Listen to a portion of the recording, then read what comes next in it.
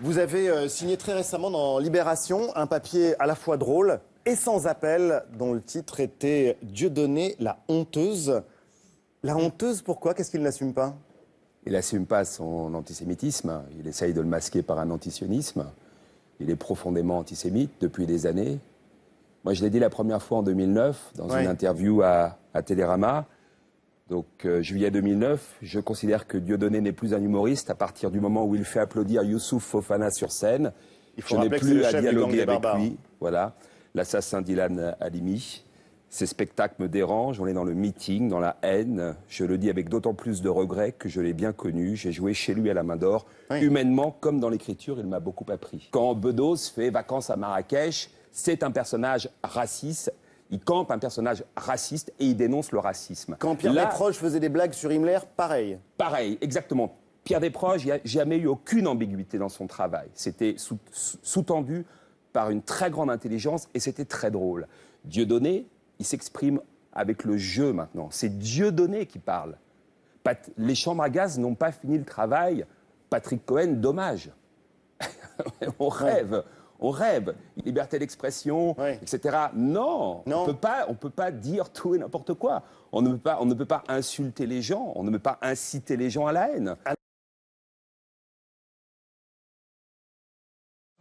Un nouveau scandale pour Stéphane Guillon. Lundi dernier, l'humoriste a présenté sur France Inter Éric Besson comme une taupe de Jean-Marie Le Pen. Voici l'histoire folle d'un homme travaillant depuis des années dans le plus grand secret pour son unique mentor, Jean-Marie Le Pen. Éric Besson, la Mata Hari de la politique française. Attaque sur le physique. Des yeux de fouine, un menton fuyant, un vrai profil à la Yago, idéal pour trahir.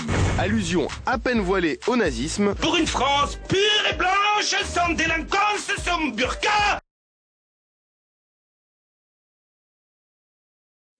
Alors, Vergès s'écrit avec un accent sur le E, et heureusement, sinon, ça aurait fait maître Verge, avocat au barreau, fumeur de cigares.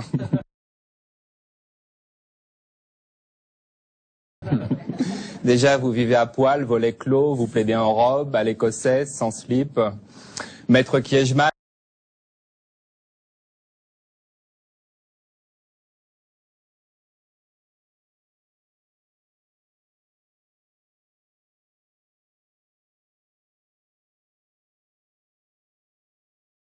Spécialité, fouet, massage et plaidoirie.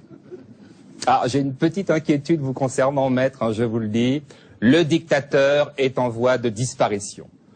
Pol Pot et Mobutu sont morts, Kadhafi vieillit, Milo et Saddam sont en tôle. Qu'allez-vous devenir? Gros salopard sanguinaire, un métier qui n'intéresse plus nos jeunes. Jadis, on se transmettait la charge. Grand-père était un enculé, père était un enculé, je serai un enculé. Ça paraît très sympathique. François Guillon, il est marrant. Stéphane, pardon, excusez-moi, vous voyez à quel point je le connais. Il paraît qu'il est un peu subversif. Alors, je ne le connais pas très bien. J'ai fait une émission une fois et il était plutôt sympathique à mon endroit. Après, je sais que je l'ai vu se prononcer de manière assez négative sur moi. Bon, je ne rentrerai pas dans un débat. Je ne pense pas qu'il y ait un marché de la subversion. J'ai cru comprendre qu'il était un peu montré comme étant l'artiste subversif. Je lui dirais non.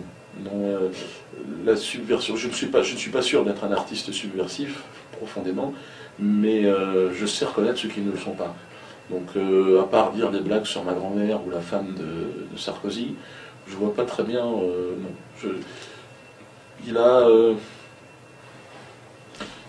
C'est un homme du système, pour moi.